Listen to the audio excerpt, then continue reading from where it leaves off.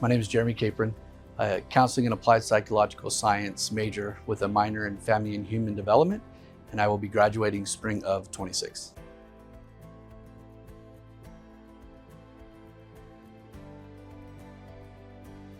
First thing that comes to my mind is Dr. Jimenez. Taking her class that she offered for the first time. We literally got to play art therapy. We got to draw, we got to color, we got to paint 2 times a week. We had to turn in an assignment. Then there was a showcase at the end of the semester. It doesn't matter who we are, where we came from, we all need help. We all need someone to turn to. We all need someone that has been there and has paved the way for us and that could help guide us to a better life. We made it. We did it. We accomplished hard things, and let's just go out there and continue to change the world.